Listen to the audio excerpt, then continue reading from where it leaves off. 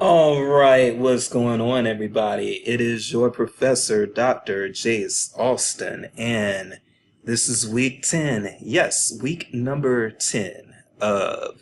Whoa, wrong class. This is actually 9443. Man, y'all done caught me slipping. Is this April Fool's? It is April Fool's Day. I'm just gonna claim that was an April Fool's joke. Here is where we are actually supposed to be. This is 9443, your academic libraries class, and again, this is week number 10. Let's go through a few things real quick, and then we are going to talk about OERs, and you all are going to want to know about OERs if you are pursuing any academic library jobs. So, let's see what we got here. First of all, let's go into these announcements, and there's going to be a week 10 announcement that you don't see here because I'm recording the video for it now. But you'll see it later. I hope everyone enjoyed spring break while spring break was going on. We did have a follow-up message from Shannon Jones, so if you wanted to get access to her presentation, this is where you'll find it. And she had mentioned a white paper from the University of California regarding open access. And this is where you'll find that. So you'll find those things. That happened during spring break. Also during spring break, we set our panel. So yeah, we're going to talk about whether or not residencies and fellowships might be a good option for you after you graduate from Mizzou's program, because I know you're all going to stay, you're all going to stick with us. So we have our panel set, and our panel consists of...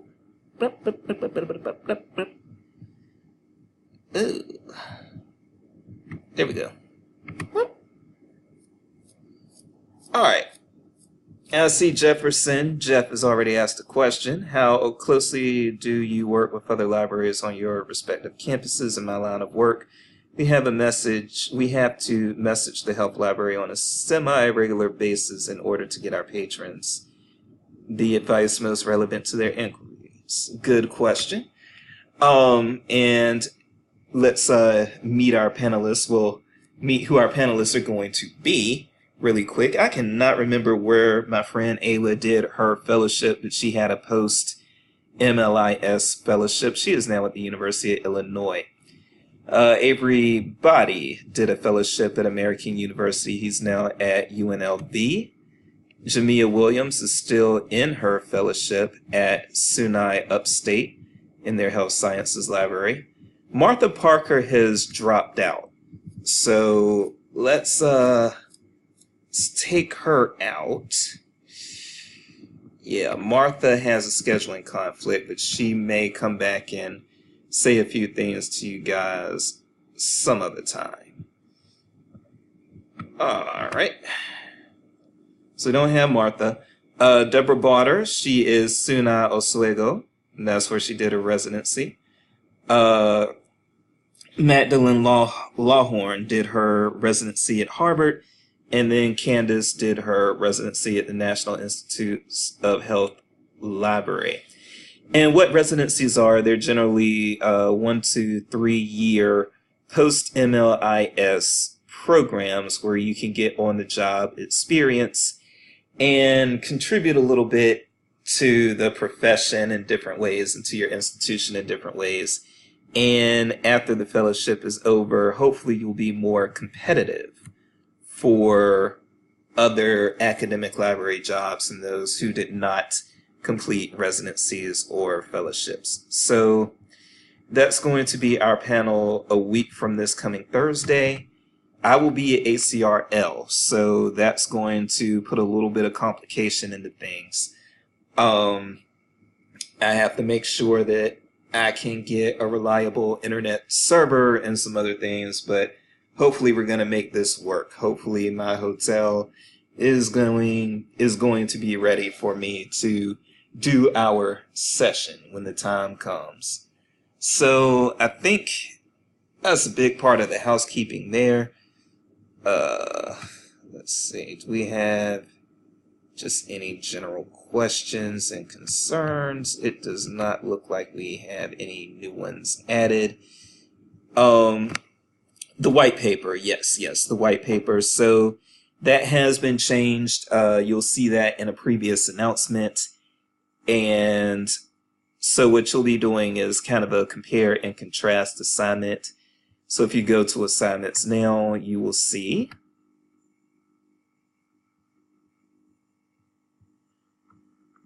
collection development management policy compare and contrast assignment, formerly the white paper assignment.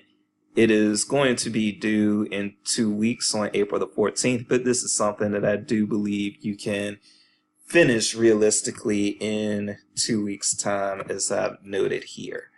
And I think once you all review the directions, you will feel the same way. Okay? All right. So all of that sounds all good and well. Let's get to talking about some OERs. All right. So like I said, I'm getting so many of these Outlook notifications. I'm sorry. So like I said, today we are going to just learn briefly about OERs. You all are going to probably want to do some independent study on OERs and what those are. They are a very big topic in academic libraries right now. So we do not want to take it lightly, I should say, that we need to know OERs coming out of library school.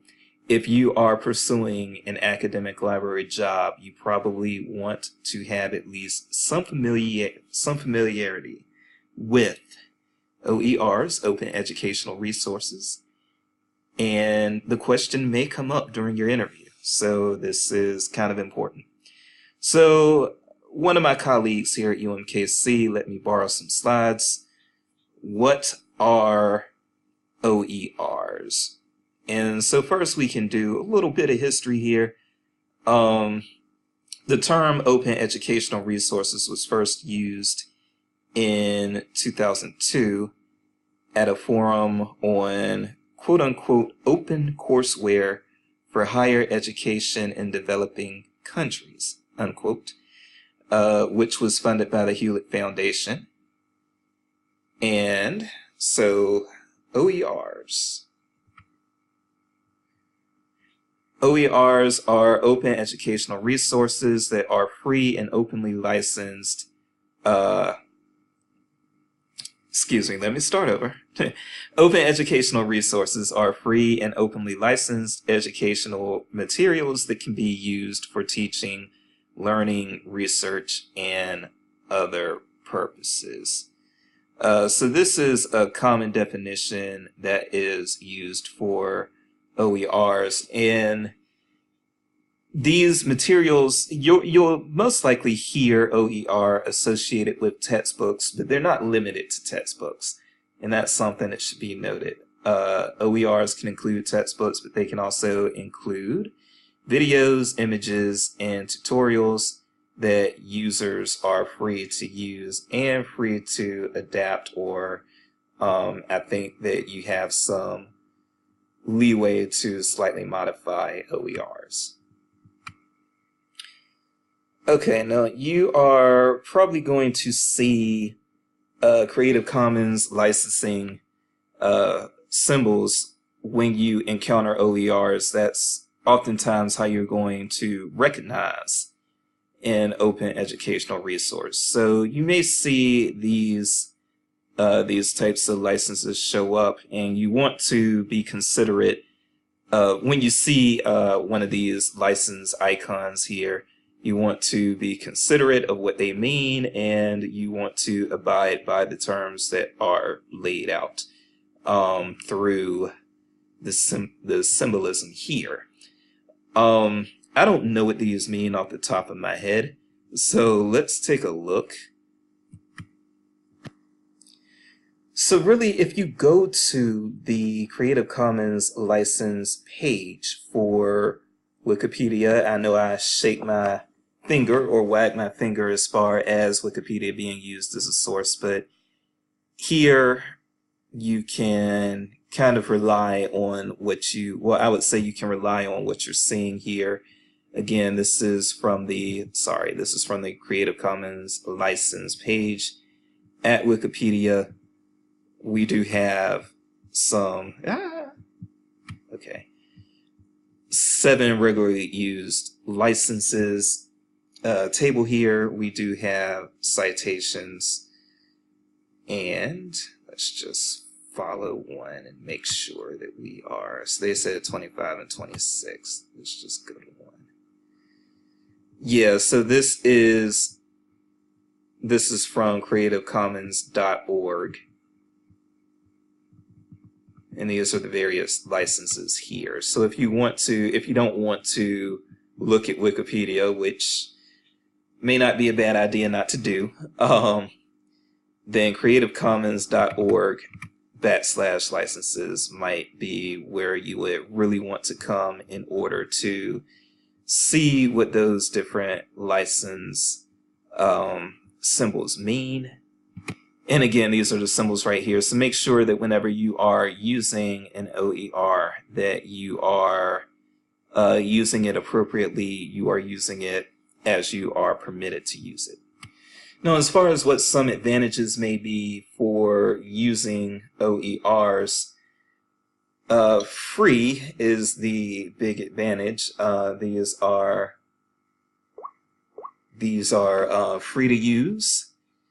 But they can also be copied, shared, in many cases edited depending on what the license is, mixed, kept, and used over and over again.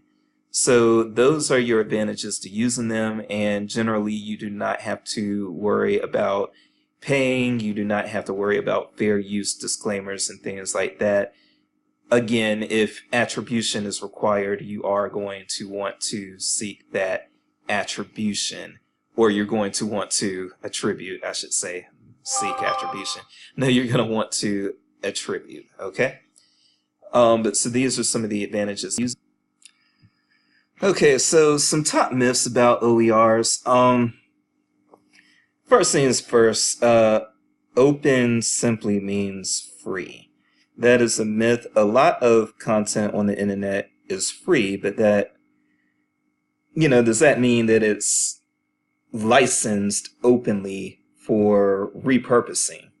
The answer to that is no. Just because something is free doesn't mean that you can take it and adapt it and make it your own. And that's what the situation is supposedly with OERs. It's not just that they're free, but they can be used with attribution a lot of the times, but aside from attribution, the restrictions are limited, even outside of them being free. Also, they can be repurposed, they can be remixed, they can be altered and adapted. And so that's what we're talking about when we talk about open. They can be downloaded, edited, shared. Students can make copies for free. There are not copyright violations when you do that. So when we think about open educational resources, yeah, a lot of times we do think about free. We think about, oh, this is something that can be used without a price. But like I said, there's a lot of content on the internet to which that is also the case. So, we want to say more than just they're free. They can be edited, they can be repurposed, they can be downloaded, shared, etc., etc. All OERs, open educational resources, are digital. That is also a myth. OERs take on many formats. They can be print materials, they can be digital, they can be audio. Most of the content, yes, it does start out as general. Starts out as general. It does start out as digital, but open materials, they can be printed through print on demand services if they are print materials. And then even some campus bookstores may have some work that they do with print open educational resources. So I don't know whether that's the case at the University of Missouri's bookstore, and I hate to admit it that I've actually never even been in the University of Missouri's bookstore. I place my orders remotely. I've been to the bookstore here at UMKC, but not over there at Columbia. So they're not all digital. You do have print OERs, and there are print-on-demand services where print OERs can be, I guess, duplicated, ordered, replicated, and that sort of thing. This quote of "you get what you pay for." Open educational resources can be reproduced to the same quality standards as traditional textbooks. So don't give me this "you get what you pay for" crap, and if it came free, it's inferior. Don't do that. Because when we talk about open access and we talk about open access journals and things like that, that's going to be what some of your for-profit proprietary sorts of vendors are going to do, is they're going to try to say, well, you get what you pay for. Yeah. Well, you know, what you get for free is not always bad, okay? And many open textbooks are created with peer-reviewed guidelines, and some open educational resource repositories will allow users to review and rate content. So if you see content that's poorly rated, you may want to avoid that. But if you see content that's rated well, and you can tell it's being rated well by other educators, then hey, go for it. Copyright for OER is complicated. I actually want to take copyright class. I just need to take some intellectual property classes and know copyright a little better than I currently do. I am hoping to get us a guest lecturer who will talk about copyright a little bit. So I'm in the works for doing that. I know I'm running out of time. Hopefully I can have her scheduled by the end of April. And that would not be, by the way, a live session. She would do some sort of recorded lecture, sort of like what I do. But yeah, copyright is complicated. Sorry I went on a tangent there. Open licensing makes open educational resources easy to freely and legally use, content-wise at least. And the materials licensed under Creative Commons are easy to identify, and permissions are clearly explained. So again, we're going back to this. This will help you stay out of copyright trouble. You just need to learn what these mean and then be aware of which of these licensing brands you have with the open educational resource that you are planning to use. Okay, so open textbooks lack supplementary materials and things of that nature. Again, BS. A lot of times open educational resources do in fact come with supplementary materials and, you know, with answer keys and things of that nature. But, you know, when they, how should I phrase this? Let me pause this. Okay, so I guess what I want to say about the, about this claim here that they lack that sort of supplementary material, it's just often not true. That's what we need to drive home. A lot of times open educational resource textbooks, they have those supplementary materials. They still have them. And if they don't, there are other things that can be used as supplementary materials. Other people may develop those supplementary materials and then share those.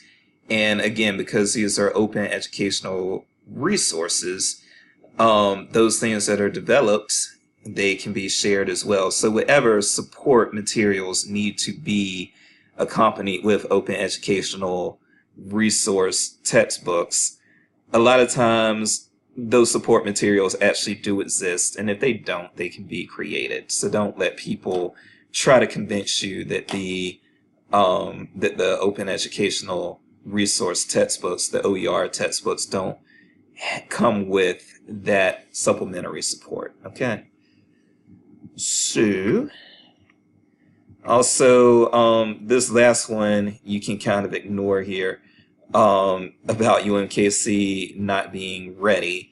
UMKC is doing it. Mizzou is doing it. UMSL is doing it.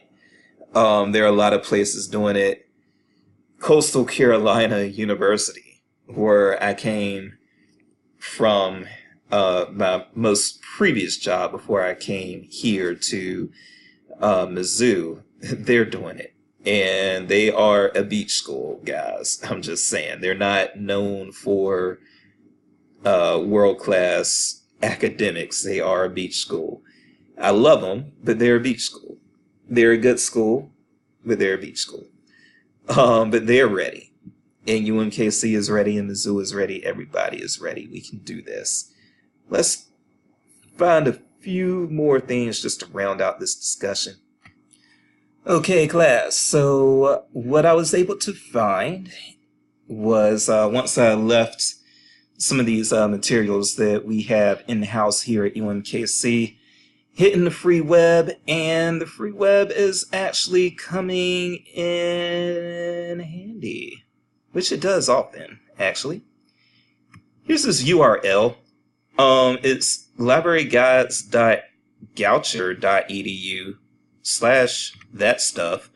But there is a libguide.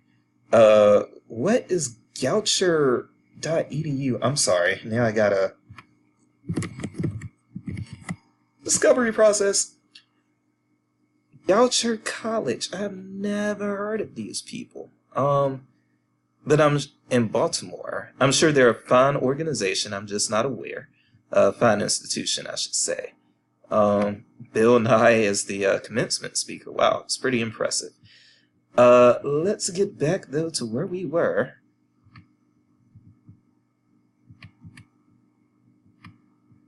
Okay, so we're there. So they actually have a libguide on OERs, and it's actually a very useful and very accurate one. So as you all are out on the job search and you know a OER question may be looming when you're trying to interview with an academic library, this might be somewhere to go for a refresher. We've got a different definition here, but I like it. Open educational resources, according to an often cited definition, are teaching, learning, and research resources that reside in the public domain or have been released under an intellectual property license that permits their free use or repurposing by others. And so, again, that's what I'm trying to drive home. This isn't just stuff that you can access for free. It can actually be repurposed, edited, remixed, whatever you want to say, for free. In other words, OERs are any type of educational material that's freely available to teachers and students to use, adapt, and share. The 5 R's, that's what I was missing in some of that earlier content. Faculty can retain, reuse, revise, remix, and redistribute the materials. And they come, like I said, not just in digital form. We've got videos, audio clips, images, lecture notes, reading lists, course assignments, syllabi and lesson plans, textbooks, data, probably data sets as well, instructional games, tests, quizzes, software, operating systems as far as tools.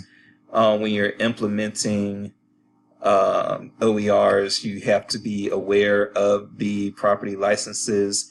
Probably also want to know best practices, as with anything, and interoperability measures, in case things might operate on multiple platforms.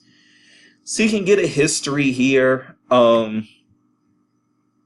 Other prestigious educational institutions such as Harvard, Yale, Stanford, blah, blah, blah, have begun to make at least some of their educational content freely available online as well. So, I mean, this can be pretty big because we can theoretically have places. We could theoretically have community colleges using things put out by Harvard and Yale as far as these resources. Or we could have, very small colleges with very high acceptance rates, very small state schools with high acceptance rates, using these materials. So this is a way to, I would say it's a way to share, make community use of education materials, and I think that this could curb a little bit of elitism that we may have in higher education. Now, I have not read this article here. There's a 2012 ACRL article. The thing is, back in 2012, I still was not hearing about OERs that much. I was in my PhD program at the time. I had not started working at a community college yet. That wasn't until 2013. So I don't know how out of date this particular article is. Ugh, open twice on me. But Open Educational Resources, Goldberg and LaMagna. We've got a scholarly publication here. Looks like, actually, no, this is not scholarly. I apologize, this is not scholarly, but it still gives us quite a bit of information. I'm familiar with Merlot. I know somebody who works very closely with Merlot. Worked with her at Coastal Carolina. So that's something that could be an interesting read, and it's something that I may go back and actually read after I'm done recording this. Pros and cons, I wanted to get into some of those before we wrap up here. So, advantages for using OERs: expanded access to learning. Students anywhere in the world can access these OERs at any time, and they can access the material repeatedly. Scalability. OERs are easy to distribute widely with no or little costs. Augmentation of class materials. They can supplement textbooks and lectures where deficiencies are present. Enhancement of regular course content. So multimedia, and part of the reason that I record these lectures is a multimedia thing. Just giving people stuff to read, I don't think is the right way to go about it. People need to watch videos and need to hear their instructor and things of that nature. Less expense for the students. That's always big. Y'all know how freaking expensive textbooks can be. Showcasing of innovation and talent. This is a way for faculty and I guess also students to showcase some of their talent and knowledge. Ties for alumni. That's an interesting one. OERs provide an excellent way for alumni to stay connected to the institution. I don't know too much about that, but we'll go with it. And then continually improved resources. Textbooks are static. One draw that I think Wikipedia has over print encyclopedias is that it's not static. It can be edited very easily and very quickly. And OERs are the same way. Now, we do have disadvantages. Don't ever let somebody try to sell you on some notion that there are only advantages to something. Come on, y'all. Quality issues. So I think that this is getting better, but yes, OER repositories at times, they can have information in them that is not relevant or that is not accurate or that is highly biased. Lack of human interaction between teachers and students. OER material is created to stand alone, and since self-learning users may access the material outside of a classroom environment, they may miss out on the discussion with the instructor, they may miss out on the discussion with classmates, and they may miss instructor feedback. And I try to give instructor feedback on the assignments that you all turn in from my class.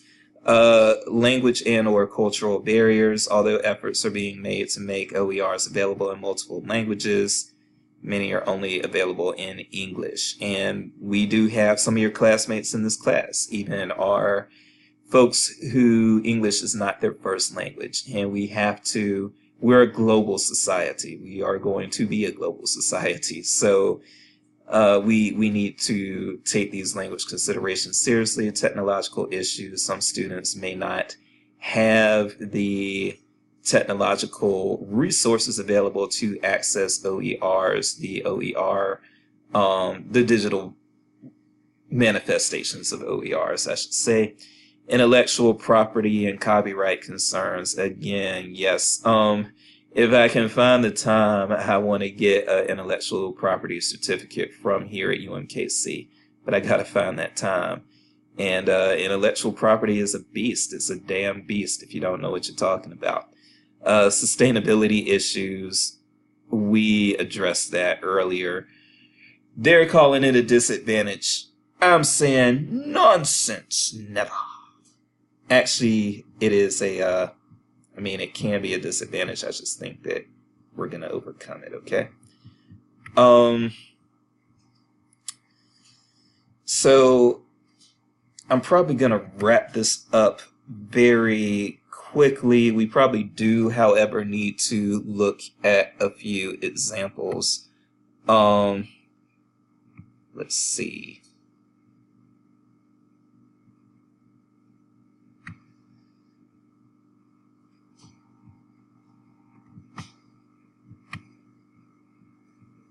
And now I'm hesitant because I gotta find that link that works. Open access, which we've talked about before. It is emerging. Let's see if we have view and access our golden language books. Now this is from, one thing I want you all to know, this is from Cambridge University Press, and I have no affiliation with them. So if I'm able to download any of this stuff without, I am actually off campus right now, so I am not being permitted access through UMKC or through Mizzou. That needs to be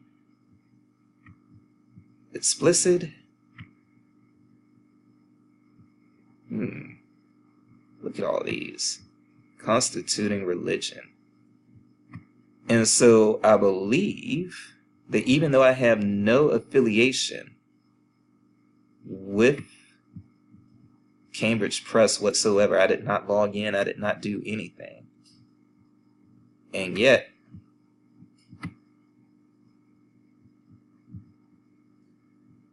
I've got full text there. Look at that. Ain't that cute? That is cute.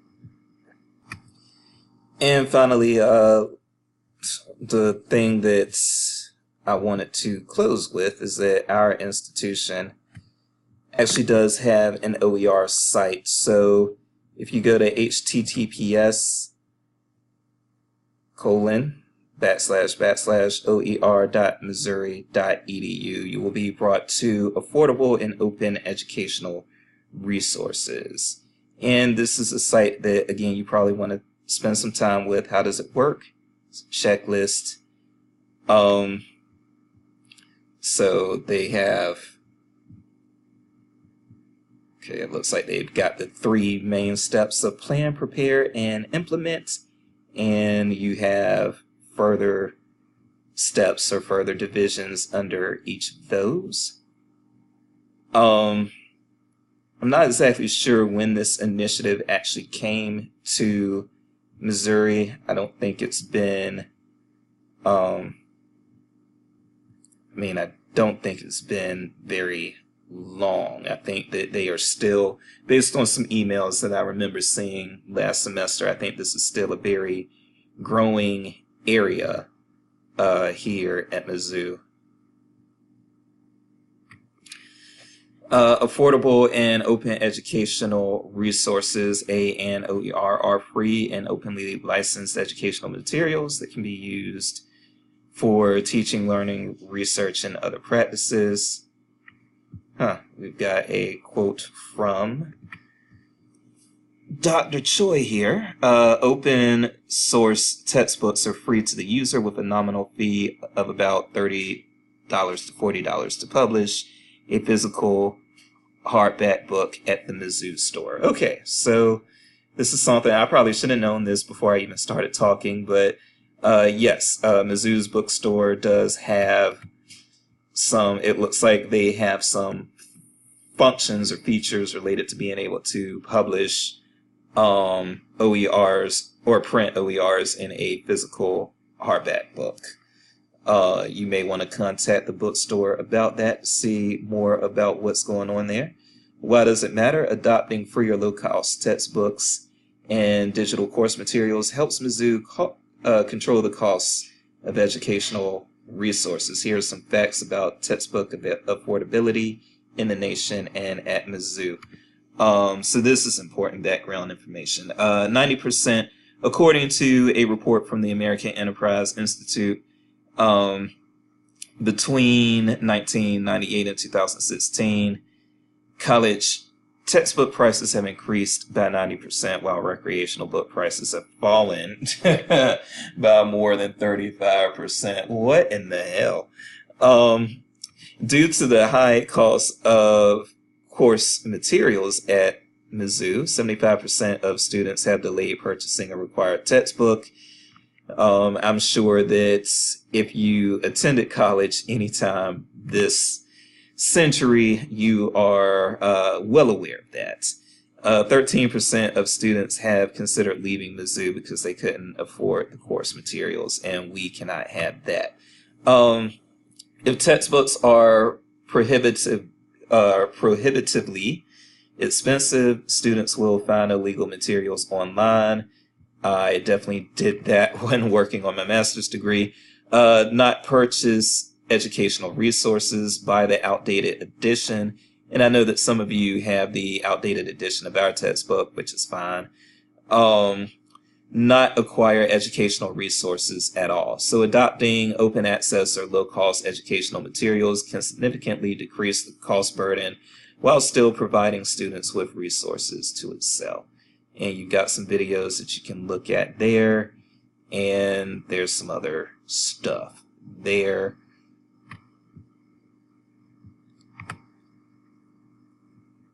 See, even I go and I show y'all a LibGuide from another institution, and look at that. We have our own LibGuide for OERs. So you may want to take a look at that, and that is libraryguides.missouri.edu/OER. Now, I probably would have known this had I been stationed at Mizzou Columbia, so now I just feel like a total goofball. But it's something that my future classes I will have it right for, but for you guys, I will call that a mulligan. But I spend most of my time at UMKC, so I think I've been in Mizzou's library once. I've been in there. I've never been in their bookstore, so I'm going to use that as an excuse for why I was floundering here. But yeah, so this is something you're probably going to want to look over. And if I'd have known about this LibGuide, it would have saved me a lot of prep time. But here we are. So, yeah, look at this LibGuide, inform yourself. You may want to re-up on your knowledge when you are applying for jobs. Let's go ahead and try to keep this under 40 minutes. So we're going to end it right here. You all are, for the most part, doing fine in the class. I did just want to say very quickly, if you do not get a 100 on an assignment, please do not lose your mind over that. I come from a very old school philosophy of there are few 100 scores because there are few perfect papers. So, you know, if you, I do understand wanting to get 100s on assignments, but the thing is, I don't do a whole bunch of those. And maybe you've had teachers throughout most of your education that do, and I don't. So, you know, just because you don't get a 100, that does not mean that you're going to fail the class or that you're not even going to get an A in the class. The class is set up for your success. Please trust me on that. If you try, you will get at least a B. And if you get a 95A, it is similar to a 100A when you look at a transcript, okay? It's the same, not even similar, it's the same. So let's just keep those things in mind. Have a good week. I am an email away, and look forward to seeing what you guys post on the discussion board and looking forward to grading assignments. Have a good one.